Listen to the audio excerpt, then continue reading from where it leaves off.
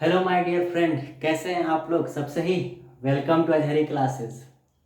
आज हम लोग इस वीडियो में सीखेंगे कि ट्रांसमिशन लाइन का, शॉर्ट ट्रांसमिशन लाइन का एबीसीडी पैरामीटर को कैसे निकाला जाता है। आज के इस वीडियो में पावर सिस्टम का ट्रांसमिशन लाइन के बारे में डिस्कस करेंगे और हम लोग समझेंगे कि पावर सिस्टम में जब शॉर्ट ट्रांसमिशन लाइन हो और हमको एबीसीडी पैरामीटर या उसका एनालिसिस करना हो तो कैसे करेंगे। हम लोग सबको ही जानते हैं कि ट्रांसमिशन लाइन को सॉल्व करने के लिए हम लोगों को एबीसीडी पैरामीटर का ज़रूरत पड़ता है, जिससे क्या होता है, ट्रांसमिशन लाइन को हम लोग इजीली समझ सकते हैं। उसी तरह ट्रांसमिशन लाइन को 3 तरीके से बांटा गया है: short, medium, long transmission line. और हर एक ट्रांसमिशन लाइन में, हर एक पार्ट में क्या है, उसका एबीसीडी पैरामीटर निकाला जाता है, जिससे क्या पता चलता है उसका कि वो किस तरह का ट्रांसमिशन लाइन है, सिमेट्रिकल है, रेसिप्रोकल है ना। उससे एनालिसिस हम लोग बेसिकली क्या करते हैं, एनालिसिस करते हैं। तो आज इस वीडियो से हम लोग पावर सिस्टम के कुछ कॉन्सेप्ट सीखेंगे और इसको अप्लाई करेंगे किस तरह से हम लोग ट्रांसमिशन लाइन में काम करते हैं। तो पहला वीडियो है आज कि हम लोग शॉर्ट ट्रांसमिशन लाइन के बारे में जानें। तो शॉर्ट ट्रांसमिशन लाइन किसको कहते हैं? शॉर्ट ट्रांसमिशन लाइन वह ट्रांसमिशन लाइन है जिसकी लेंथ लेस देन 80 किलोमीटर होता है। Less than 80 kilometre for what? For 50 hertz frequency के लिए। 50 हर्ट्ज फ्रीक्वेंसी के लिए लेंथ कितना होना चाहिए? लेस देन 80 किलोमीटर होना चाहिए। और हम लोग कह सकते हैं कि L इंटू एफ का वैल्यू जो होना चाहिए, लेंथ इंटू फ्रीक्वेंसी का वैल्यू होना चाहिए लेस देन कितना? 4000। When length into frequency is less than 4000 then it is called short transmission line. तो अगर हम लोग फ्रीक्वेंसी को वेरिएबल बनाते हैं, मगर ये कांस्टेंट होना चाहिए, ये वैल्यू एल इंटू एफ क्या होना चाहिए? कांस्टेंट होना चाहिए 4000 के बराबर। एंड इसमें से दोनों वेरी कर सकता है, अगर चाहे तो वेरी करवा सकते हैं, मगर एल इंटू एफ का वैल्यू क्या होना चाहिए? लेस देन 4000 ही आना चाहिए। तो उसी ट्रांसमिशन लाइन को हम लोग क्या बोलेंगे? शॉर्ट ट्रांसमिशन लाइन बोलेंगे। और शॉर्ट ट्रांसमिशन लाइन को हम लोग उस पर बेसिस क्वेश्चन बनाने के लिए हम लोग क्या करते हैं कि उसका एबीसीडी पैरामीटर निकालते हैं। ठीक है, हम लोग जानते हैं कि एबीसीडी पैरामीटर कैसे निकलता है। अगर हम लोग देखें तो एबीसीडी पैरामीटर को हम लोग बोलते हैं कि V S is equal to क्या होता है? V S is equal to A B R plus B I R, और I S is equal to क्या की होता है? C V R plus D I R, है ना। हम लोग जानते हैं कि Vs और Vs का वैल्यू क्या होता है? AVR प्लस BIR के बराबर होता है, और IS का वैल्यू क्या होता है? CVR प्लस DIR के बराबर होता है। ये कैसे निकलता है? तो ये एक मैट्रिक्स से निकलता है। कैसे? अगर ये Vs है, ये सेंडिंग एंड का वोल्टेज, ये सेंडिंग एंड का current is equal to A B C D, और मल्टीप्लाई में किसके साथ? रिसीविंग एंड का वोल्टेज और रिसीविंग एंड का करंट। ठीक है, इसको जब सॉल्व करेंगे तो ये चीज निकल के आएगा। वी एस इक्वल टू क्या हो जाएगा? V S is equal to क्या हो जाएगा? इस रो का मल्टीप्लीकेशन इस कॉलम के साथ, A B R plus B I R. फिर आई एस इक्वल टू क्या हो जाएगा? इस रो का मल्टीप्लीकेशन इस कॉलम के साथ, C V R plus D I R. हम लोग क्या जाने कि वी एस इक्वल टू क्या होता है? A V R plus B I R, और आई एस इक्वल टू क्या होता है? C V R plus D I R. ठीक है, आई होप सो आप लोग को समझ में आया होगा, है ना। तो हम लोग को ये जो इक्वेशन है ना, हमेशा याद रखना है। ये इक्वेशन और ये इक्वेशन, ये दोनों इक्वेशन हम लोग को क्या रखना है? याद रखना है, जिससे हम लोग क्या मदद मिलेगा? किस चीज में? एबीसीडी पैरामीटर निकालने में मदद करेगा। हर जगह पे हम लोग को यही इक्वेशन यूज करना है, और इस हर एक जगह पे सर्किट को क्या करना है? सॉल्व करना है। ठीक है, ये किसका सर्किट है? ये सर्किट है शॉर्ट ट्रांसमिशन लाइन का। ये शॉर्ट ट्रांसमिशन लाइन का सर्किट है। कैसे जाने? तो शॉर्ट ट्रांसमिशन लाइन में हम लोग क्या करते हैं कि जो शंट का कैपेसिटेंस होता है उसको नेग्लेक्ट कर देते हैं। शंट कैपेसिटेंस को क्या कर देते हैं? नेग्लेक्ट कर देते हैं। शंट कैपेसिटेंस को नेग्लेक्ट क्यों कर देते हैं? तो शंट कैपेसिटेंस को नेग्लेक्ट इसलिए कर देते हैं कि शॉर्ट ट्रांसमिशन लाइन का जो लेंथ होता है क्या होता है? कम होता है। कितना है? लेस देन 80 किलोमीटर होता है। तो 80 किलोमीटर कम लेंथ की वजह से क्या होता है कि जो शंट कैपेसिटेंस का वैल्यू होता है, जिसको बोलते हैं हम लोग एक्सी, एक्सी क्या हो जाता है आपका? ज्यादा हो जाता है। एक्सी ज्यादा हो जाता है। क्यों? कि एक्सी को हम लोग क्या लिख सकते हैं? एक्सी को लिख सकते हैं 1 अपॉन ओमेगा सी। ठीक है, 1 अपॉन ओमेगा सी किसको लिख सकते हैं? एक्सी को। एक्सी क्या है? ओम में होता है, और ये ओमेगा सी आपका क्या है? इम्पीडेंस है, और ये क्या हो गया? कैपेसिटिव रिएक्टेंस है ना। उसको हम लोग एक्सी भी बोलते हैं। एक्सी का वैल्यू क्या चाहिए, तो 1/ओमेगा सी हो सकता है, ठीक। मगर हम लोग को क्या देखना है, पर यूनिट लेंथ में अगर देखेंगे तो 1/ओमेगा सी, और पर यूनिट लेंथ में देखेंगे तो लेंथ नीचे आ जाएगा, तो लेंथ कम है तो ओमेगा सी क्या हो जाएगा, ज़्यादा हो जाएगा, एक्सी क्या हो जाएगा, ज़्यादा हो जाएगा, ठीक है। लेंथ के कम होने की वजह से क्या हो जाएगा, एक्सी ज़्यादा हो जाएगा, और एक्सी ज़्यादा होगा तो क्या हो जाएगा हम लोगों का, एक्सी में ज़्यादा होगा तो जो नो लोड करंट है, ठीक है, नो लोड करंट जिसको बोल रहे हैं हम लोग, ठीक है, आई नो लोड जिसको बोल रहे हैं, वो क्या होगा अपना VS/XC। ये ज़्यादा होगा तो ये क्या हो जाएगा, कम हो जाएगा, ठीक है। आई नोट इज इक्वल टू क्या हो जाएगा, VS/XC, ठीक है। तो ये ज़्यादा हुआ तो ये कम हो गया, तो ये इसके ज़्यादा होने से करंट कम होता है, इसलिए हम लोग क्या करते हैं, उसको निगलेक्ट कर देते हैं। क्या कर देते हैं हम लोग, शंट कैपेसिटेंस को निगलेक्ट कर देते हैं, ठीक है। शंट कैपेसिटेंस को शॉर्ट ट्रांसमिशन लाइन में क्या कर देते हैं, नेगलेक्ट कर देते हैं। क्यों, क्योंकि लेंथ की वजह से उसका जो नो लोड करंट है क्या होता है, तो बहुत कम हो जाता है, नेग्लिजिबल हो जाता है, इसलिए हम लोग शंट कैपेसिटेंस को इसमें से निगलेक्ट कर देते हैं। और दो इक्वेशन को याद करना है क्या, कि BS इज इक्वल टू क्या होता है, AVR प्लस BIR, और IS इज इक्वल टू क्या होता है, CVR प्लस DIR, ठीक है।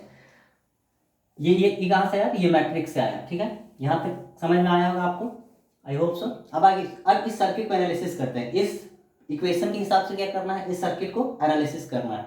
इस सर्किट को एनालिसिस करेंगे, इस सर्किट में क्या है, एक रेजिस्टेंस है और एक क्या है आपका इंडक्टेंस है ना, एक रेजिस्टेंस और एक इंडक्टेंस है ना। ट्रांसमिशन लाइन किस किस चीज से मिलकर बना होता है, ट्रांसमिशन लाइन एक वायर है, वायर में क्या क्या चीज हो सकता है, एक तो रेजिस्टेंस हो सकता है, एक इंडक्टेंस हो सकता है, और दो वायर के बीच, और वायर और ग्राउंड के बीच क्या हो सकता है, कैपेसिटेंस हो सकता है, ठीक है। तो मगर हम लोग इसमें कैपेसिटेंस कहाँ पे आएगा, ये तो दो वायर के बीच या ग्राउंड के बीच में आता है, तो कैपेसिटेंस हमेशा पैरेलल में आता है या शंट में आता है। मगर हम लोग शॉर्ट ट्रांसमिशन लाइन के लिए इस कैपेसिटेंस को क्या कर दिए हैं, नेगलेक्ट कर दिए हैं, है ना। नेगलेक्ट क्यों किया, क्योंकि लेंथ उसका कम है, उस लेंथ के कम होने से नो लोड करंट क्या हो रहा है, बहुत कम फ्लो हो रहा है, इसलिए हम लोग क्या कर दिए, उसको नेगलेक्ट कर दिए। यहाँ तक समझ में आया। अब इस सर्किट को हम लोग क्या करना है, एनालिसिस करना है, जिससे हम लोग को क्या निकालना है, ABCD parameter of short transmission line. ABCD parameter of short transmission निकालने के बाद हम लोग क्या देखेंगे, शॉर्ट ट्रांसमिशन लाइन कैसा है, सिमेट्रिकल है या रेसिप्रोकल है, सब पता चल जाएगा ABCD पैरामीटर से। तो ABCD पैरामीटर निकालने के लिए इस नेटवर्क में हम लोग KVL लगाएंगे। क्या लगाएंगे, KVL। इसमें अगर KVL लगाएंगे तो क्या हो जाएगा, VS इज इक्वल टू क्या हो जाएगा, sending end voltage is equal to क्या हो जाएगा, sending end voltage is equal to receiving end का वोल्टेज प्लस ये इसका, इसमें जो डेसिपेट हो रहा है वोल्टेज उसके वो सम हो जाएगा, तो ये कितना हो जाएगा, IS, ठीक है, अपॉन R प्लस j⍵L, ठीक है। ये कैसे आया पता चला, KVL लगाने से। ये वोल्टेज क्या है, सेंडिंग एंड का वोल्टेज, यहाँ से वोल्टेज जब जा रहा है तो रेजिस्टेंस में कुछ ना कुछ डिसिपेट हुआ होगा, मतलब ये इंपीडेंस R प्लस j⍵ मिलके क्या मिला, बन रहा है एक इंपीडेंस, तो इस इंपीडेंस में क्या हो रहा होगा, कुछ ना कुछ वोल्टेज ड्रॉप हुआ होगा, और उसके बाद रिसीविंग एंड में वोल्टेज पहुंचा होगा, है ना। क्योंकि ये तो एक आइडियल केस तो नहीं है ना, कि जितना भेजेंगे वोल्टेज उतना वोल्टेज रिसीविंग एंड में पहुंचेगा, कुछ ना कुछ तो वोल्टेज कहीं ना कहीं डिसिपेट हुआ होगा। वो डिसिपेट क्या हो जाएगा आपका, IS इंटू ये इंपीडेंस, IS इंटू ये इंपीडेंस, ठीक है। इसको हम लोग जेड भी बोल सकते हैं, इसको क्या बोल सकते हैं, जेड भी बोल सकते हैं। हम लोग जानते हैं कि जेड इज इक्वल टू क्या चाहिए होता है, R plus j⍵L, Z is equal to क्या चाहिए होता है, R प्लस j⍵L। तो यहाँ से VS इज इक्वल टू क्या हो जाएगा, VR प्लस, और IS को देखो, IS को क्या लिख सकते हैं, IS जो है यही करंट जो है थ्रू आउट फ्लो हो रहा है, मतलब कि करंट सीरीज में है ना। ये सर्किट कैसा है, सीरीज में है, तो जो सेंडिंग इन से करंट निकला वही रिसीविंग इन तक पहुंचेगा। सीरीज में करंट क्या होता है, सेम। तो एक इक्वेशन ये भी बनेगा, पहला इक्वेशन तो ये बना, दूसरा इक्वेशन क्या बनेगा कि IS जो है IR के बराबर है। IS क्या है, IR के बराबर है, कैसे, क्योंकि ये सर्किट किस तरह है, सीरीज में, कोई पैरेलल में कनेक्शन नहीं है, तो जो करंट यहाँ से निकला होगा वही करंट होते होते यहाँ से गया होगा, है ना। वोल्टेज का ड्रॉप हुआ होगा, मगर सीरीज में तो करंट क्या होता है, सेम होता है, तो IS is equal to IR हुआ होगा। तो यहाँ पे हम लोग क्या लिख सकते हैं, VR प्लस IS की जगह पे IR इंटू जेड। क्यों, क्योंकि हम लोग को ये इक्वेशन लाना है, ये इक्वेशन लाना है, देखो BS इज इक्वल टू क्या होना चाहिए, AVR प्लस BIR होना चाहिए, मतलब कि VR आना चाहिए और IR आना चाहिए। इक्वेशन BS का इक्वेशन कैसा आना चाहिए, VR और IR के फॉर्म में आना चाहिए। तो यहाँ पे IS लिखते हैं तो IR तो नहीं आता, मगर हम लोग को पता है कि IS IR के बराबर है, इसलिए हम लोग क्या लिख दिए, IR लिख दिए। तो यहाँ से क्या आया, VS is equal to VR plus IR into Z, है ना। इसको इक्वेशन नाम दे दो थर्ड। अब थर्ड इक्वेशन, अब ये जो सेकेंड इक्वेशन है इसको इस फॉर्म में लाना है। इस फॉर्म में लाने का मतलब इस इक्वेशन को इस फॉर्म में लाना, मतलब आई एस का value C V R plus D I R के फॉर्म में लाना है। आई एस का वैल्यू किसके फॉर्म में लाना है हमको, C V R plus D I R के फॉर्म में लाना है। तो I S is equal to क्या है, आई आर है, वहां पे वी आर का कोई कंपोनेंट आ रहा है क्या, कोई भी कंपोनेंट वी आर का नहीं आ रहा है, तो हम लोग क्या बोल सकते हैं कि I S is equal to क्या हो जाएगा, 0 V R plus 1 into I R. I R अपने आप में एक से मल्टीप्लाई करेंगे तो आई आर ही हो जाएगा, तो आई सी इक्वल टू क्या हो जाएगा, 0 V R plus 1 into I R. इसका मतलब क्या हो गया, ये पर टर्म 0 हो गया, आई आर के बराबर आ गया, आई आर के बराबर हो गया, है ना। इसको इक्वेशन 4 नाम दे दो, ठीक। अब इक्वेशन 1 को इक्वेशन थर्ड के साथ कंपेयर करेंगे।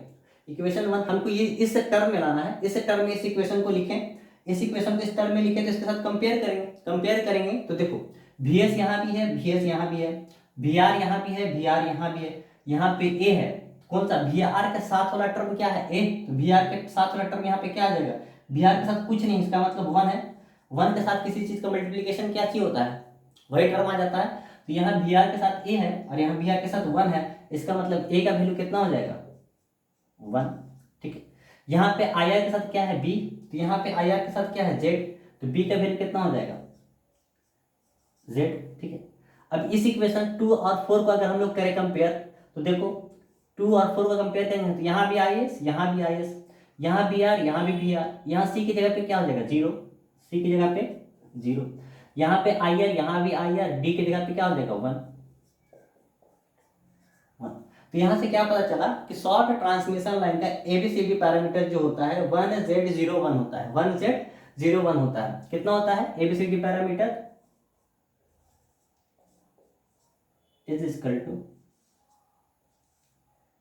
कितना, 1Z01, ठीक है। यहां से क्या पता चला कि एबीसीडी पैरामीटर का जो टर्म है शॉर्ट ट्रांसमिशन लाइन के लिए कितना होता है, 1Z01, ठीक है। यहां से समझ में आया, यहां तक आप लोग क्लियर है, सब कुछ क्लियर। अब देखते हैं कि ये नेटवर्क जो है सिमेट्रिकल है कि नहीं है, सिमेट्रिकल, ठीक है। थोड़ा सा रब करते हैं ऊपर वाला पोजीशन को, है ना।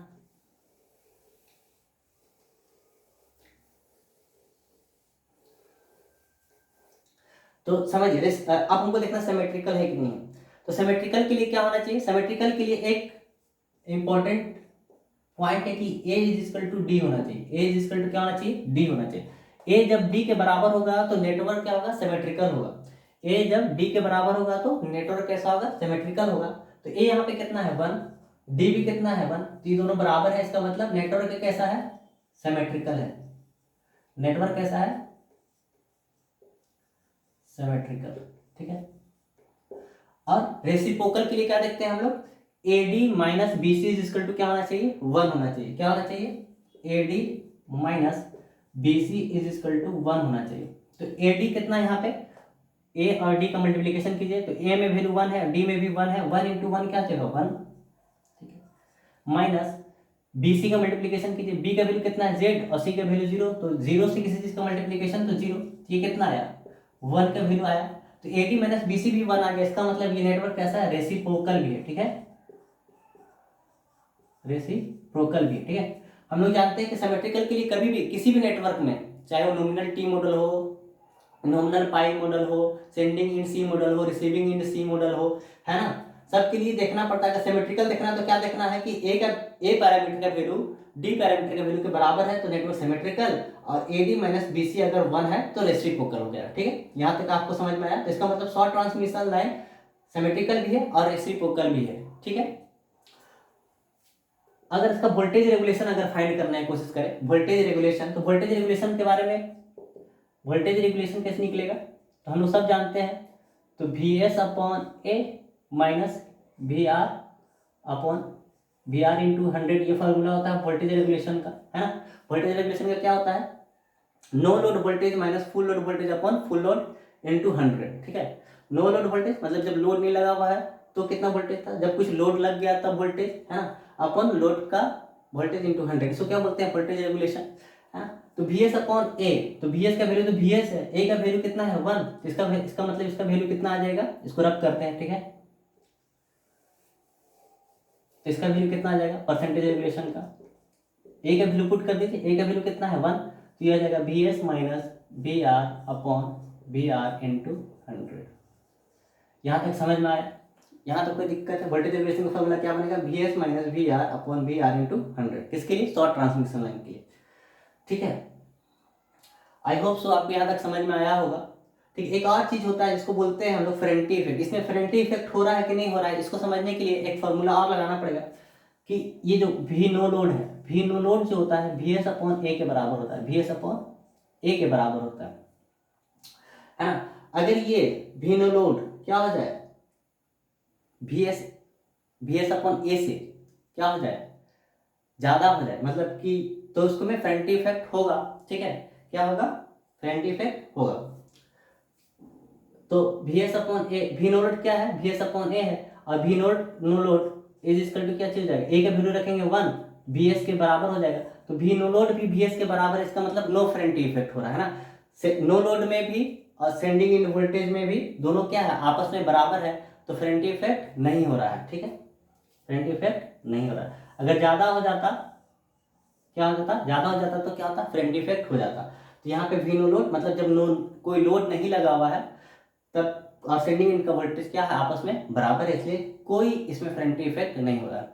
आई होप सो आपको शॉर्ट ट्रांसमिशन लाइन पूरा समझ में आया होगा, है ना। अगर आपको समझ में आया है तो वीडियो को लाइक कीजिए, चैनल को सब्सक्राइब कीजिए और शेयर कीजिए। Thank you.